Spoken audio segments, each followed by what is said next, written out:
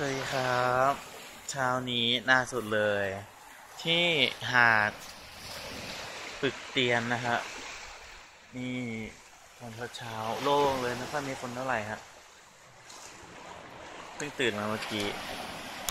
นี่เขาจะมีนี่ผ้าไพมณีกับผีเสื้อสมุทรจะมีมานี่มังกรอะไรด้วยนะ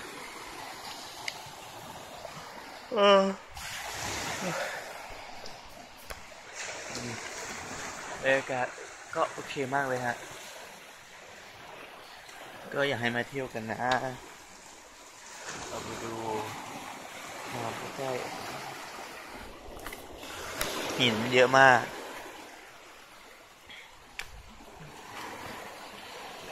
ไม่มีทองสักเส้นหนึ่งหรอ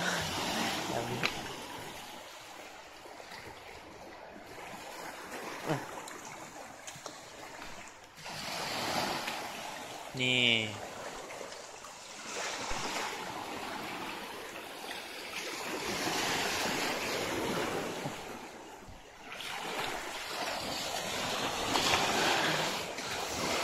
เอ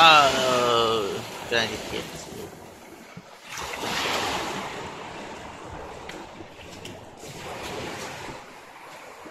นี่ครับเรามาเขียนชื่อดีกว่า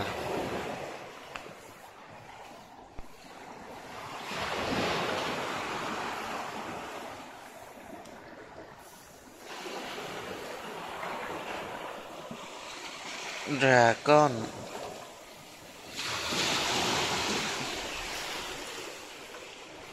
อาร์ตทีนี่สวยงาม